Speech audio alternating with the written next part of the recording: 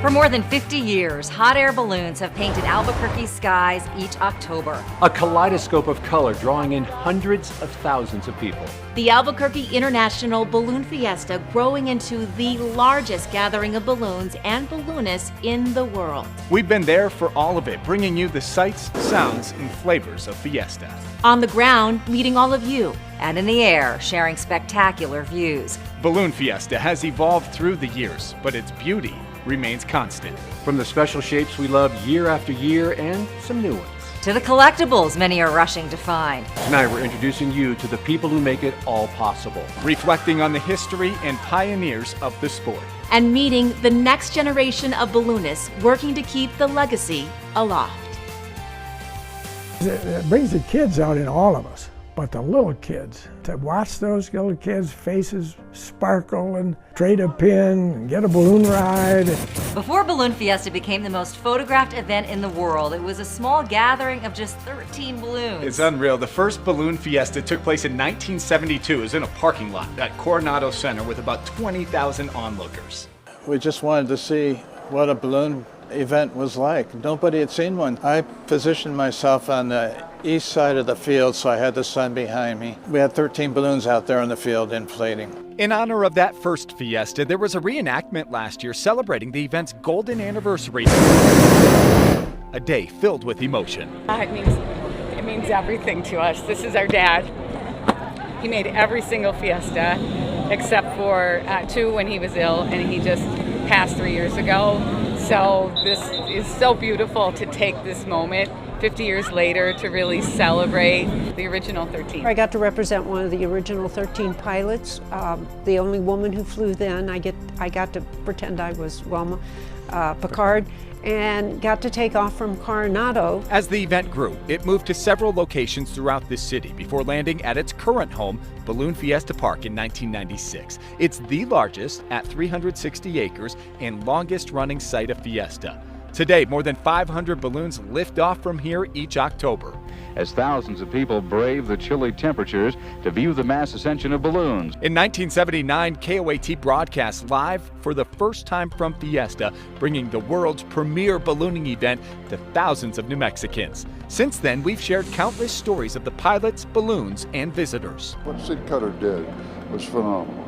He made the sport. Also known as the father of Fiesta, none of this would have been possible without Sid Cutter. I was lucky enough to be part of the very beginning. Tom McConnell is known as Father Time in the ballooning community. I got my first balloon ride in the second Balloon Fiesta, which was the first World Balloon Championships in 1973.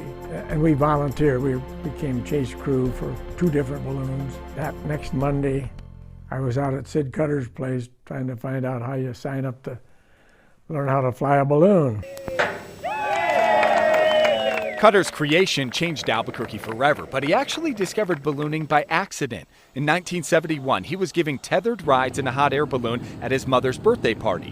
When the balloon became untied, he soon found himself in the skies. It was love at first flight. A year later, Cutter organized that first Fiesta, and it eventually became the largest ballooning event in the world.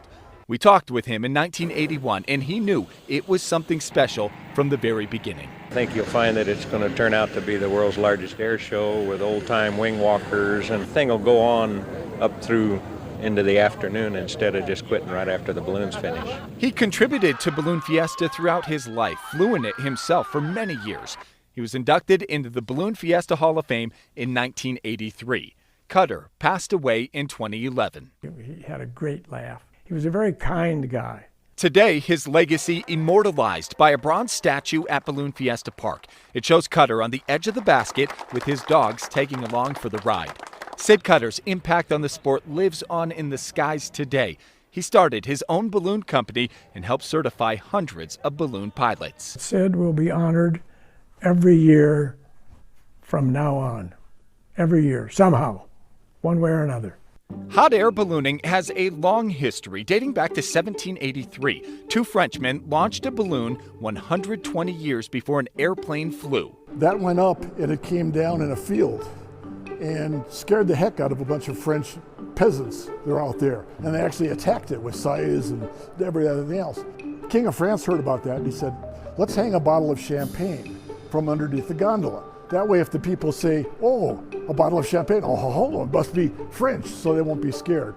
To this day, one of the things you do at your end of a balloon flight is you have a bottle or a glass of champagne. Supposedly, that's where that came from. It was dangerous at the time, so they prepared for potential disaster. They both had long sticks with sponges on them, and that was to try and put out fires if it started things on fire that shouldn't be. These gentlemen proved that we could successfully put a person up in a balloon. That hot air balloon flight in 1783, that was probably one of the last hot air balloon flights until 1960. It was all gas ballooning for almost 200 years. In 1785, French balloonist Jean-Pierre Blanchard and his American co-pilot John Jeffries became the first to fly across the English Channel. It was considered the first step to long-distance ballooning, a milestone in history. Ballooning made its way here in 1882 when Professor Park Van Tassel launched a coal gas balloon from downtown. Took forever to fill up, about 2 days. It was the first balloon flight in Albuquerque. He went up about 9,000 feet. Then in 1909, 2 other pilots launched. And they lifted off and flew east and crossed the Manzano Mountains and out onto the plains near Klein's Corners and made a 90-mile flight. Then, with the start of World War I, followed by the Great Depression and World War II, ballooning came to a halt. What revolutionized ballooning was having an airborne heater, lightweight nylon envelope, and having propane tanks in the baskets. Ed Yost was very important in that. Ed Yost is known as the father of the modern-day hot air balloon. That's 1960. That's the original flight. Ed's son Greg lives near Taos and showed us a glimpse into his father's impressive ballooning career. Newspaper clippings and photographs collected in scrapbooks show some of Yost's remarkable accomplishments. He pioneered the use of propane instead of hydrogen to heat the air inside the envelope. The cost of helium was very high. Hydrogen is highly explosive. And if you just can heat the air up and provide enough lift in a safe way, and inexpensive fuel, which is currently propane, would become much more popular. On October 22nd, 1960, Yost made the first ever free flight of the modern hot air balloon from Bruning, Nebraska. The flight lasted 25 minutes, covering 3 miles. Yost essentially strapped himself to a chair and flew with 2 propane tanks attached to it. For him, probably not that scary. For anybody normally, yeah, I guess that would be. Yost also designed the signature teardrop shape of the balloons we see today. He kept refining. He never stopped trying to improve on the balloon. In 1963, another huge accomplishment. But Don Picard and Ed Yost were very, very instrumental in really opening up the sport of hot air ballooning. They became the first to fly the modern hot air balloon across the English Channel. It showed the significance of the modern hot air balloon with an airborne heater. It was very significant, got international news, and then basically ballooning took off from that point. Yost passed away in 2007, but his legacy lives on in the ballooning community. He helped found the Balloon Federation of America and helped organize the first U.S. National Ballooning Championship in Iowa. Now the Albuquerque International Balloon Museum showcasing his life's work with the exhibit, Ed Yost, Forever Pushing the Envelope. His son donating many of the items on display. I hope they take away an understanding of all of the work throughout the years to make ballooning what it is today. Ed Yost's inventions transformed ballooning into a sport now shared by thousands across the globe. He was an integral part of helping organize the first balloon fiestas, alongside Sid Cutter, forever changing ballooning in Albuquerque and the world. I said, Sid, this is kind of hard work. And he said, but look how many people we're making happy. That's what Fiesta meant to him, was the happiness it brought to life and to people and to the city. Pioneers like Sid Cutter and Ed Yost help inspire a generation of balloonists. Now the ballooning community has reached a pivotal moment. We're seeing the older generation retire and pass away from the sport. They're the backbone of the community for a very long time. Meet the next generation of balloonists who've grown up looking to the skies. I can just like feel the fire on top of my head. I'm gonna work on my pilot's license. What inspires them to keep the legacy of ballooning alive?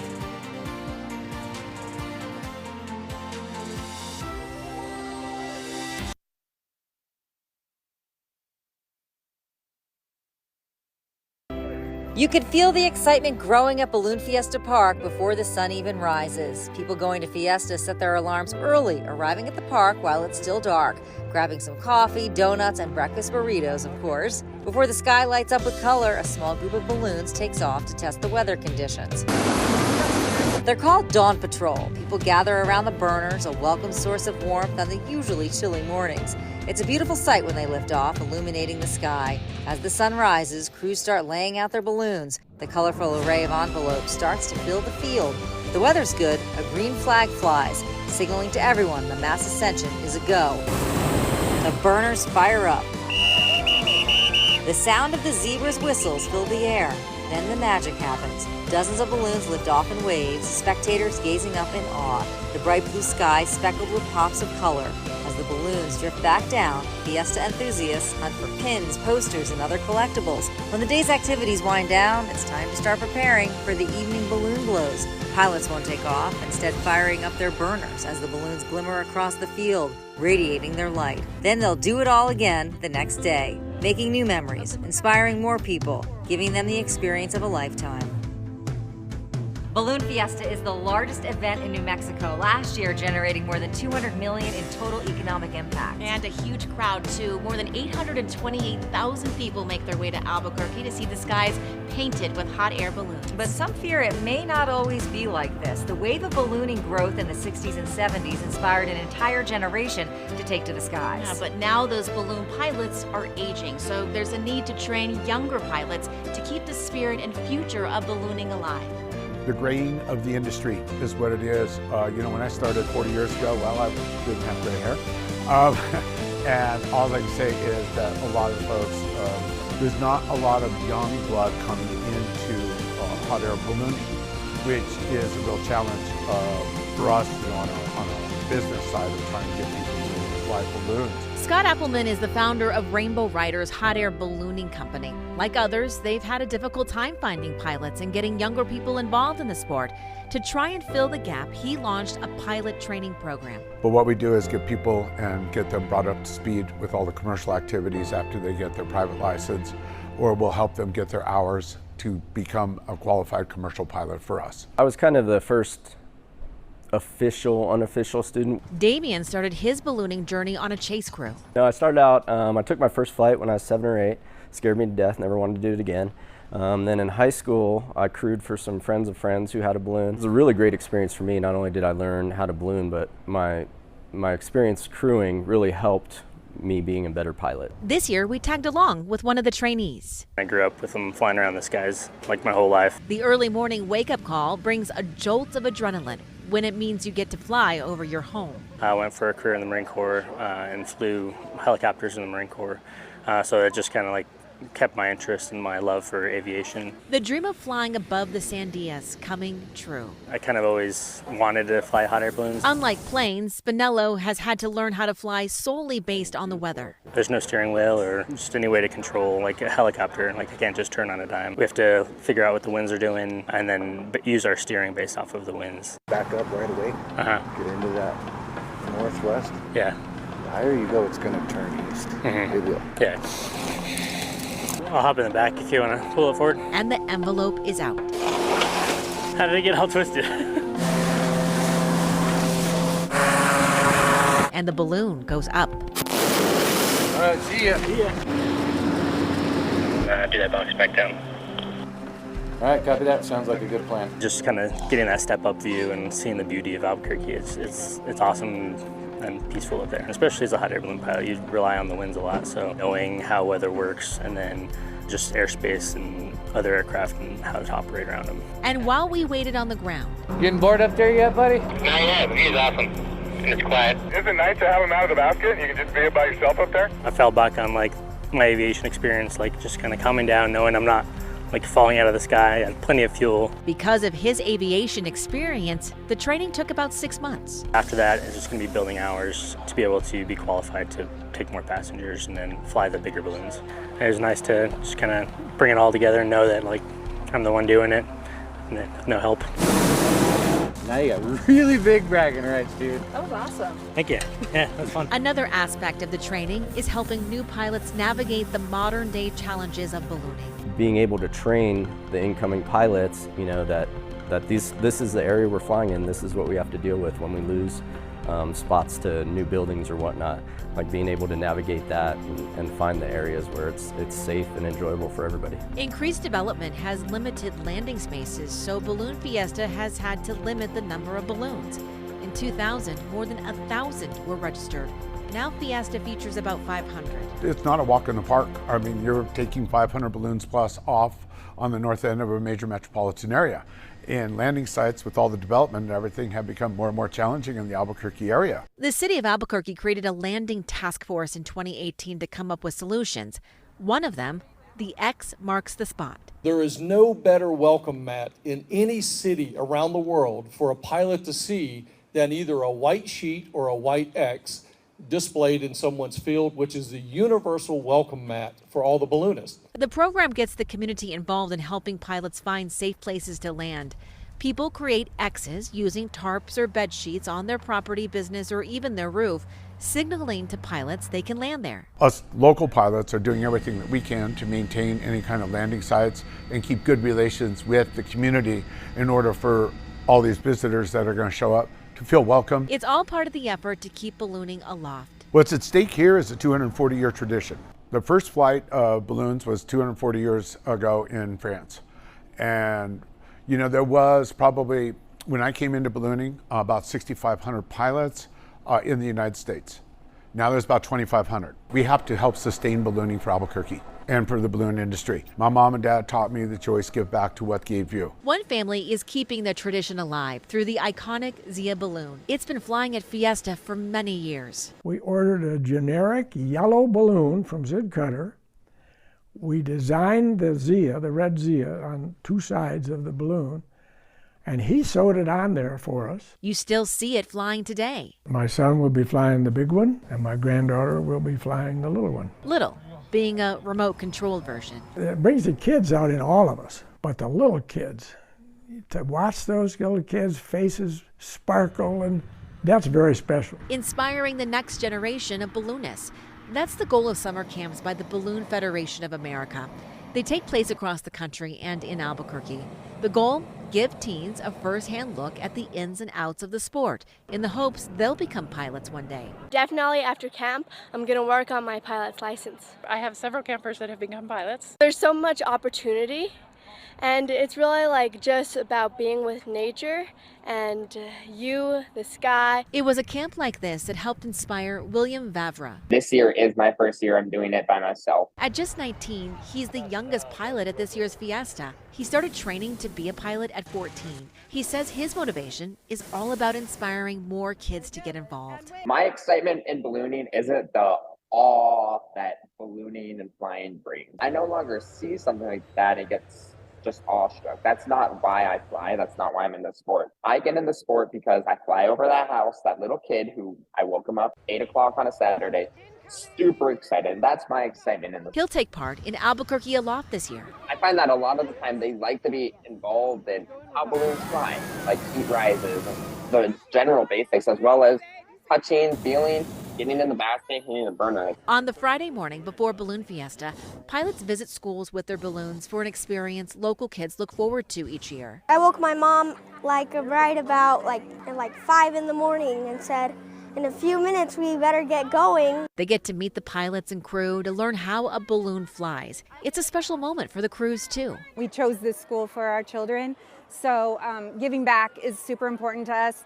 We don't fly off for Albuquerque Aloft like the other balloons. We like to stay here on site and we let the kids get in and out of the balloon. It's an opportunity for some of the students that won't get a chance to go to the Balloon Fiesta, so they're able to have it and see up close how the balloon is inflated. They get to actually get in it. I was able to get in it. To be able to make the fire go, it was just real neat. So like an experience. I can just like feel the fire on top of my head. Nearly 200 pilots take part in this tradition. Balloon Fiesta is home to many traditions, and one thing I love is taking my kids, of course, to the Balloon Fiesta. Nice, Seeing yeah. it through their eyes is such an amazing I experience. bet. Coffee and burritos for Yep, me. yep. Perfect from there on. Lots of them involving art from posters to pins as well. There's probably 8,000, I would say. The collectibles preserving Fiesta memories for years to come.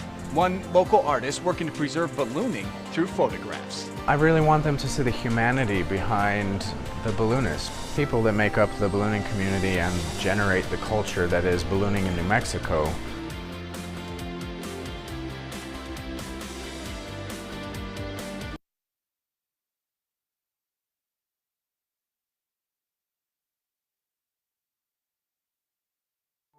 The impact that ballooning has on people is really, really big. I mean, it's life-changing. As the ballooning community works to inspire the next generation of pilots, one artist is looking to highlight stories of those who have created the legacy. Bryce Risley has taken hundreds of photos to showcase the past, present, and future of this tradition that is such a huge part of our community. A sample of his work is on display here at the Anderson Abruzzo International Balloon Museum. The concept of my work for this photo exhibition was to acknowledge the people in the ballooning community and in the world of ballooning. The title, Focus Beyond Balloons, is effectively an acknowledgement of trying to not focus my camera on the aircrafts, on balloons themselves. They're kind of a distraction, honestly. We always see people taking beautiful calendar pictures of hot air balloons, but that's at the expense of typically losing the story of the people that are involved with the sport. And so this exhibit focuses on the community here in Albuquerque in particular, really capturing the humanity of balloonists. Who are these people? How did they get involved in ballooning? What are their personal stories? They're not just balloonists. They have lives outside of this activity, and what do those lives look like? So far, he's interviewed more than 100 balloonists. Some are pilots, some are crew members. Some don't touch the balloons at all. They're artists, business owners, and community members who make up ballooning culture in Albuquerque. This photo tells the story of Mary Wall. Now, she is a balloon enthusiast. She's not necessarily a balloonist, but her grandson is. And her grandson flies a very unique balloon that has his grandmother's artwork on it. So she does watercolors. Kind of to pay tribute to his grandmother, he had one of her watercolor pieces scanned, and it's a coral reef scene with tropical reef fish and corals on it, and it became a hot air balloon that he flies. She came out to watch him fly his balloon at Fiesta last year, and she's giving out balloon cards and she's signing them. The project is personal too. I found myself working at a New Mexican restaurant. I would talk up some of the balloonists and eventually got invited out to go and crew with them. So I was able to find an entry point into ballooning just by meeting other balloonists, and they invited me out to crew. He says the project comes at a pivotal moment in the sport's history. For the first time since the community's inception in the 60s, 70s, and 80s, we're seeing the older generation retire and pass away from the sport. They're the backbone of the community for a very long time, and they're starting to leave it. So there's this transition that's taking place. It's a window of opportunity where these old-timers have a lot of knowledge, a lot of tradition and experience in the sport, much of which has never been documented or published on. And this project is an opportunity to really capture some of the remaining wisdom and that oral history that lives in the ballooning community here before it's all lost. and at the same time documenting what the next generation of balloonists might look like. And then it's interesting to see where those people are coming from, the younger balloonists like myself. What are our backstories? How did we get involved in ballooning? And are our numbers going to replace the numbers of the older generation that are leaving the sport? While this project uses photographs to preserve history. People were getting old, and I got to thinking, we need to have some kind of a group, a committee or something that preserves, because people are going to forget and people are going to die off. So I started the Heritage Committee. They are dedicated to preserving the legacy and memory of the early days of Balloon Fiesta by collecting artifacts and memories. In 2005, the committee established the Heritage Pin. It honors balloon pioneers and each year is awarded in recognition of those who have helped keep the legacy alive. Sid Cutter was honored with the first one. Pins are a staple of Balloon Fiesta. Each of them does tell a story. Fiesta enthusiasts make it their mission to collect the mementos. Each year's event has its own official pin. Some balloons have signature pins too. Chickaboom. She's been around forever and she's one of my favorites. This local collector has thousands of them. Smokey the Bear, of course. A ton of bees. And this is the Breaking Bad balloon. For the bees, the breaking bees. Of course, Yoda and Vader, real popular. And it's a family affair. His son already has a board of his own. Another Fiesta favorite, trading cards. Pilots used to do pins, which was quite a challenge because they're expensive. So pilots then started, well, why don't we start the trading cards? So since then, we have been producing and giving away cards since probably the mid-2000s for the pilots. Pilots hand them out during mass ascensions or balloon glows. Some let the cards fall from their basket as they soar overhead, leaving onlookers reaching toward the sky to grab one. There are people who have been around forever that have been collecting cards since we started. At the beginning, each pilot got 500. They have become so popular, Balloon Fiesta ordered 750,000 this year. A lot of us do this because of the magic, right? The magic in Balloon Fiesta and getting to see and experience it. So for a little kid to come up and maybe you've got the balloon that's their favorite, to get a souvenir that's a trading card, and a lot of times, sometimes you can get the pilot to sign them. So for them, it means the world. It's like meeting your favorite sports star. It's about connecting with the pilots and balloons. The hope with the future with trading cards is that you inspire some young kid to seek and obtain their hot air balloon pilot license, so then they too can have their name on a card in the future. Another item people like to collect, the posters. The tradition of creating an official Balloon Fiesta poster began in 1979. Being selected as the artist is a big honor. The holy grail of ballooning, which is to do the Balloon Fiesta poster. Kevin Short created this year's poster. He got his start in painting in New Mexico. For him, it's been a lifelong dream. My poster is a scene of, obviously, in the morning when most ballooning happens in Albuquerque, and it's balloons flying over the valley.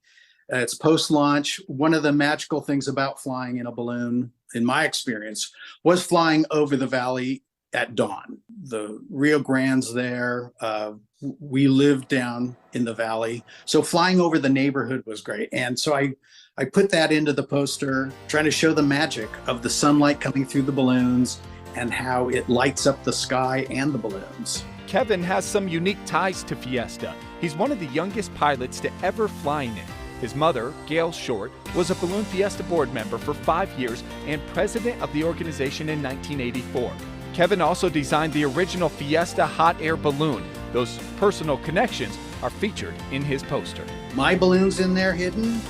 My father's balloon is in there hidden. And there's been a tradition for about the last 15 years that the Balloon Fiesta poster hides a Roadrunner in there somewhere. And I made a decision to hide the old Roadrunner balloon.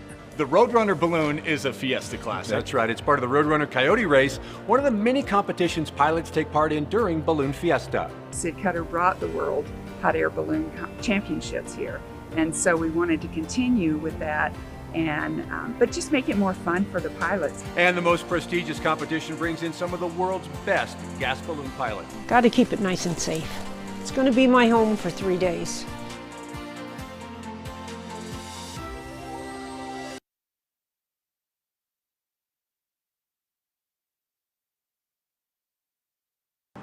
Seeing people once a year from some country that you're probably never going to be able to go visit, That's very special. And one of the great things about Balloon Fiesta, the spectators, anybody, is allowed to be on the field with the balloons and can go up to the balloon and talk to the pilot, talk to the crew, and basically be a part of what's going on. Welcome back to Balloon Fiesta Legacy Aloft. Well, many of you come to this spectacular event to experience the beauty of hundreds of balloons filling the skies. Some come for a different reason. Pilots take part in a variety of competitions, from seeing who can venture furthest in a gas balloon, Or exercising precision as they navigate hot air balloons over the park. even the classic Roadrunner coyote race based on the famous Looney Tunes characters. Roadrunner and Coyote has been in the DNA of the Balloon Fiesta since the 70s. One balloon is the Roadrunner, and the rest are coyotes. The Roadrunner gets a head start, then the coyotes start the chase. Whichever one gets closest wins. The first race took place at the very first Fiesta in 1972. Denise and Dad came in, and everybody thought they won. Everybody was cheering. I was a little kid, and I'm like, I even remember it, like, oh my gosh. And then Wilma and Don Picard, a husband and wife team, 2 separate balloons, went past us. So we were like, okay, that's the last 2 balloons, it's over. But Albuquerque has this really special feature called the box. And if you look up, you can see balloons going in all different directions.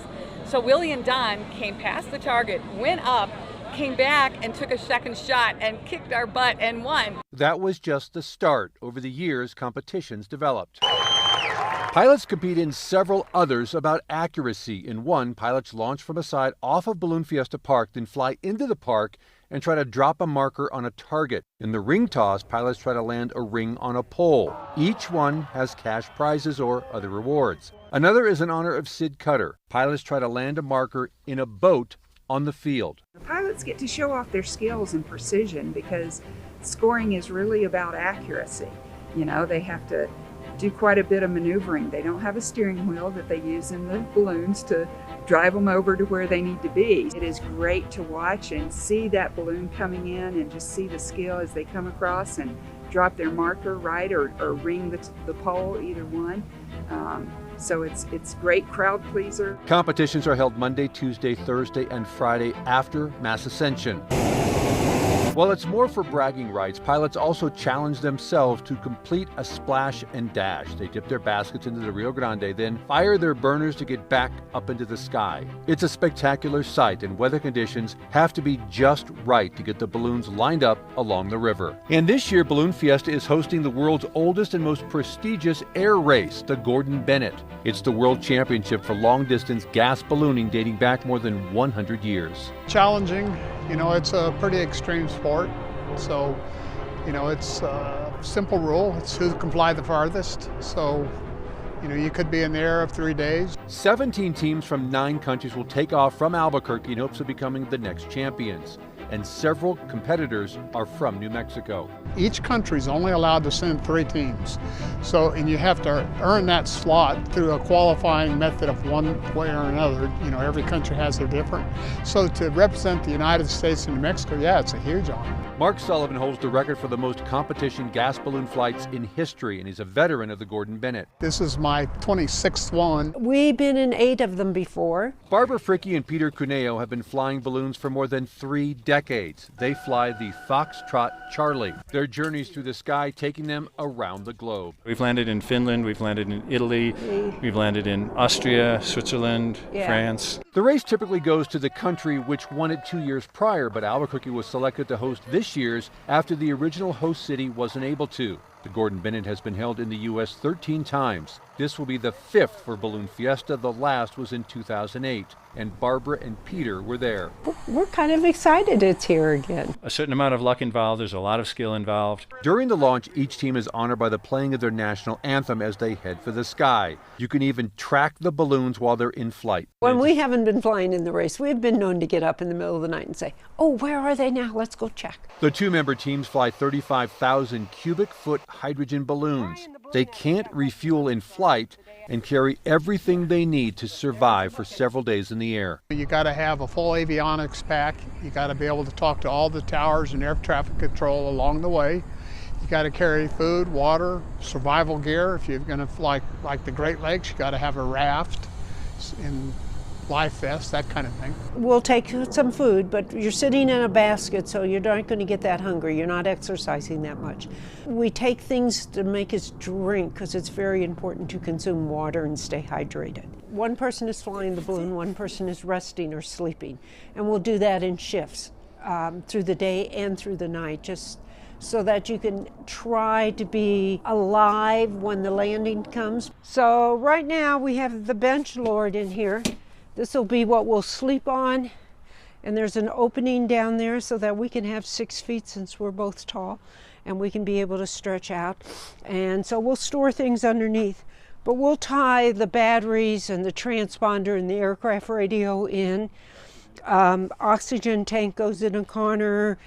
We usually fly the balloon from that corner, but this will hold the oxygen tank. The envelope of a gas balloon is much different from that of a hot air balloon. It's a lot heavier, so gas molecules can't escape, and it has a conductive coating on the inside to minimize the possibility of any sparks. This envelope weighs about 350 pounds. Gas pilots can control the altitude of the balloon by venting hydrogen through the top of the envelope to go down, or drop weight, usually water or sandbags, to go up. There's no noise. It's dead silence up there, and you're just floating along in the wind, and it's really nice.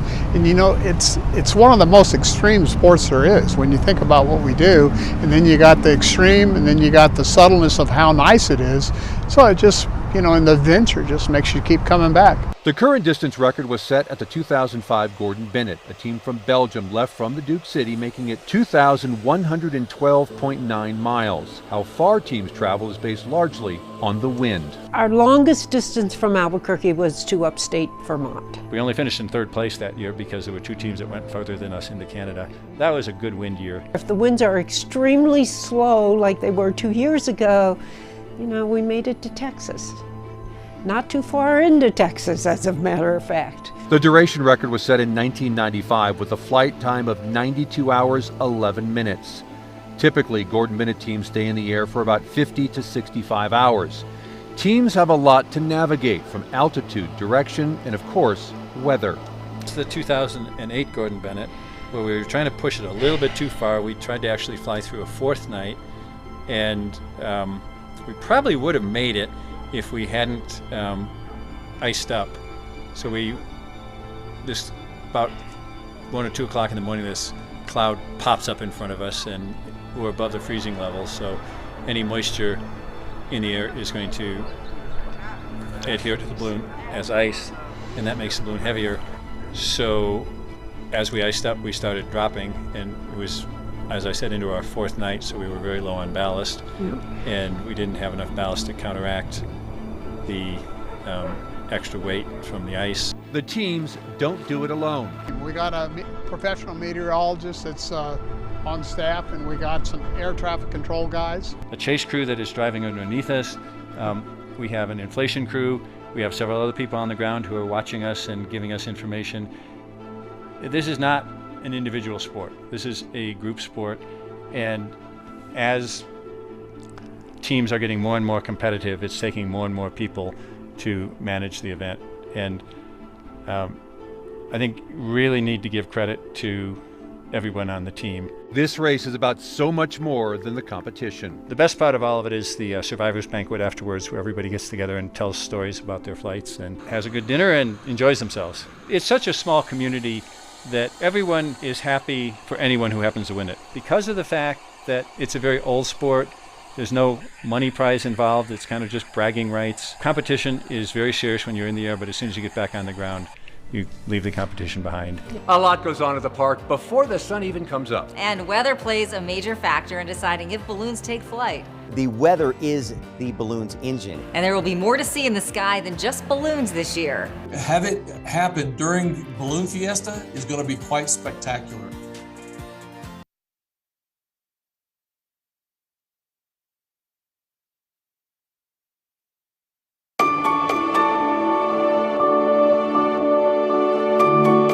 This event couldn't be in any other location It's in Albuquerque for a reason. It's in Albuquerque because of the weather. Coordination is key as the balloons prepare for launch. From Dawn Patrol to a dedicated team of meteorologists, and of course, those launch directors known as zebras. They're a lot of fun. So many people working to make sure conditions are safe for pilots to take flight.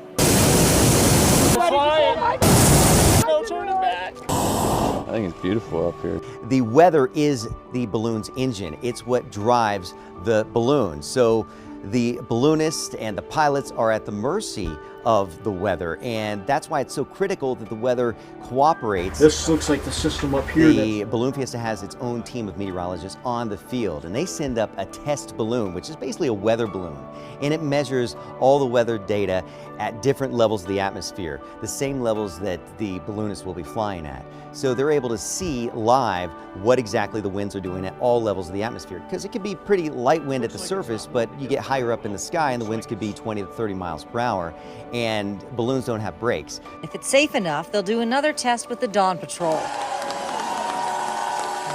The small group of specially trained pilots take off while it's still dark. They let the other balloonists on the ground know what to expect before takeoff. It is a collection in Albuquerque during Fiesta of everybody that's got a common goal to have safe flying, fun flying. Each morning of Fiesta, a flag shows the status of the day's events. Green means the mass ascension is a go. Yellow means inflations and flights are either on hold or a decision hasn't been made yet. The red flag means flights are canceled. Launch directors, or zebras, are key in keeping pilots on the field updated with weather conditions. Balloons can't launch without the go-ahead from the zebras. Want to walk this way? For an average teardrop balloon, we like the wind speeds to be under 12 miles per hour, because it's not so much that once the balloon lifts off that it's going to have any issues flying in the sky. It's when the balloon is actually landing. And if a balloon is moving at 12 miles per hour or faster, that can create a rough landing, and we don't want to see that. The larger balloons, the special shapes, generally 5 to 7 miles per hour is where we like the wind speeds to be. Now, the perfect weather conditions are when we have an Albuquerque box. It all begins when a balloon lifts off from Balloon Fiesta Park and captures the northerly drainage wind just above the surface. That northerly drainage wind pushes the balloon in a southerly direction. The pilot then fires up the burner and rises higher in the sky, capturing a southerly wind aloft. And that southerly wind pushes the balloon back to the north. Then the pilot will let off the burner and settle back to where they began in the first place, creating a virtual box in the sky. So it's a fantastic event for the spectators because they're able to see the balloon several times. As long as we don't have rain threatening Balloon Fiesta Park itself, we'll be able to do something. Last year, the weather did not cooperate. The only place in the whole United States that had rain was in New Mexico. So yeah, it's a bummer. Leading to the most canceled events in Fiesta history. You couldn't even see the mountain, because it was completely shrouded in clouds. What's it like flying in the rain? Can I say it sucks? Disappointed. I've never been here, and this is my first time, and I'm so excited, and this is killing my heart. But still, some tried to make the best of things. The weather conditions are very marginal at best, and as you can see, there's hundreds of pilots out here, and only a handful decided to do what we call a static display, which is actually put the balloon up, okay? Because there's a chance it could get very wet if the unpredicted rains come in. And that happened. A huge downpour causing people to run for shelter and leaving the balloons drenched. The fabric is airtight for flying, and so the water basically sticks to the outside of the balloon. So if you leave it too long and it sits, then you start getting mildew and mold growing in your balloon, so you don't want that. So the mayor stepped in to help. After the heavy rains, a lot of balloons, their envelope got too wet to inflate tonight or tomorrow, so they need a place to dry out. And so I instructed all city to open up all city facilities to make that happen. Special shapes filling the rail yards and convention center, allowing them to prepare for the next event. It will be a good memories, and it will be an experience we will keep in mind for next generation. This year, there will be a once-in-a-lifetime event at Balloon Fiesta. Well, what's unique is that any one location on Earth normally gets an eclipse every 300 or 400 years. So it takes a long time for someone in their own place to actually see this eclipse. The annular solar eclipse will start becoming visible during the mass ascension on October 14th, just after 9 a.m. New Mexico is one of 8 states in the path of the solar eclipse to have a view of the Ring of Fire. It's a rare phenomenon where the moon doesn't fully cover the sun, leaving a thin outer ring visible. In celebration of the eclipse, there will be an eclipse glow featuring balloons glowing on the launch field in the darkness. NASA will be there, giving away 80,000 solar eclipse viewing glasses. It is a rare opportunity.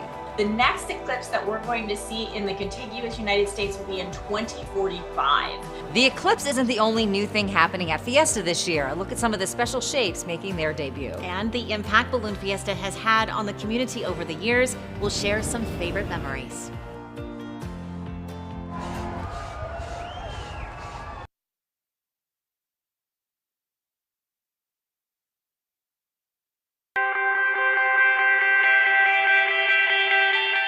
Everybody really loves it, but the unicorn for me is the favorite. It is so great to get him up in the air and see the joy in all the kids' faces out here.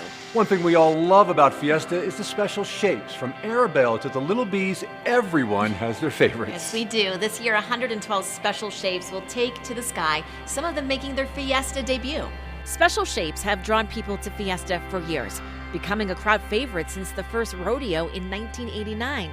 Back then, there were just 28 balloons. At that time, Chickaboom, which was our very first special shape that attended Balloon Fiesta. The event was so successful, it created traffic jams with crowds of people hoping to get a glance at the unique shapes. People's imaginations are really the only thing that can limit them in creating a special shaped balloon. Now the event has become one of the most popular at Fiesta, and 112 special shapes will take part this year. It's actually grown more and more each year. Some of them making their Fiesta debut. There's Pico, the peacock, a clock similar to the one in Beauty and the Beast, a green elephant, an aquarium with a sea turtle, a baby T-Rex, and a dinosaur, a cow, sheep, cheetah, Bella the bulldog, one in the shape of the moon, and a vampire.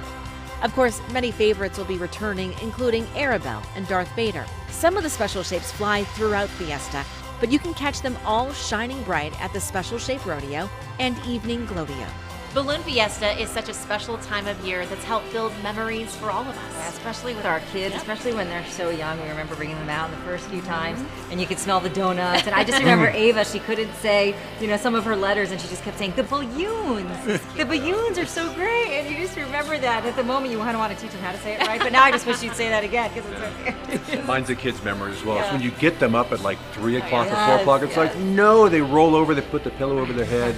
And you get them going, you get them out to Balloon Fiesta Park, they get the chocolate, they get the burrito, the balloon stuff, they go up and they go, oh, this isn't so bad. Yeah. Maybe I'll wake up early next year. Yeah. And of course, we go through the same thing next year. Yeah. That's Right, true. They forget. Yeah, it's really cool to see Balloon Fiesta through the eyes of your children.